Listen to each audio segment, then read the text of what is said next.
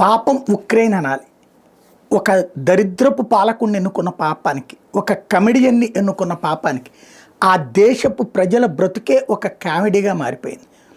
వాస్తవంగా అక్కడ జరగాల్సినటువంటిది, అక్కడ పరిపాలన చక్కగా నడుస్తుండేది, హ్యాపీగా జనం జీవిస్తూ ఉన్నారు. ఈవెన్ మనకి త్రిబుల్ R లాంటి సినిమాల షూటింగులు కూడా అక్కడే జరిగినాయి.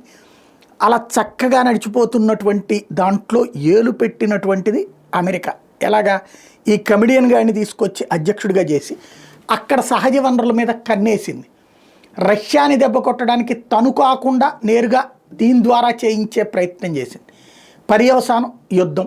ఆ యుద్ధ వాతావరణం ఏం జరిగిందన్నది ప్రత్యక్షంగా చూసాం. ఇప్పుడు సీన్ కట్ చేస్తే కొత్త మలుపు తిరుగుతూ ఉంది. ఇప్పుడేమో ట్రంప్ వచ్చాక యుద్ధం ఆపిచ్చారు. ఇప్పుడు ఇద్దరి చేతిలో నలుగుతున్న పరిస్థితి. అమెరికా ఏమంటుంది, అక్కడ ఉన్నటువంటి సహజ వనరులన్నీ 50% తనకిచ్చేయమంటుంది. దానికి కొంత అమౌంట్ పే చేస్తాం, దాంతో నీ దేశాన్ని పునర్నిర్మాణం చేసుకో అంటుంది. రష్యాతో యుద్ధాన్ని మేము ఆపిస్తూ ఉంటుంది. రష్యా ఏమంటుంది, తను ఆక్రమించుకున్న ప్రాంతాల్లోని సహజ వనరులు తనవే, ప్లస్ మిగతా ప్రాంతాల సహజ వనరుల మీద కన్నేస్తుంది.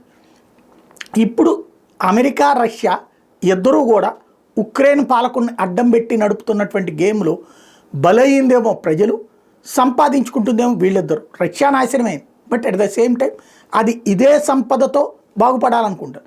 అది ఆక్రమించుకుని డొనెట్స్క్, లుహాన్స్క్, జపోరిజియా, కేర్సన్ ప్రాంతాలకు సంబంధించిన భూమి లో ఉన్నటువంటి ఖనిజాలు చాలు వీళ్ళు తినడానికి.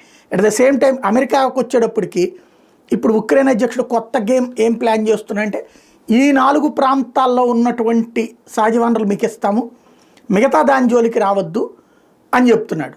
అంటే రష్యా నుండి అది మీరు తీసుకోండి అని, అంటే మీ ఇద్దరు కొట్టుకు చావండి అని. అంత పిచ్చోళ్ళు వాళ్ళు ఇద్దరు కాదు. రష్యా ఇది మింగేస్తుంది, నాకు కొంత మేత పెట్టు, ఇది అమెరికా స్టైల్.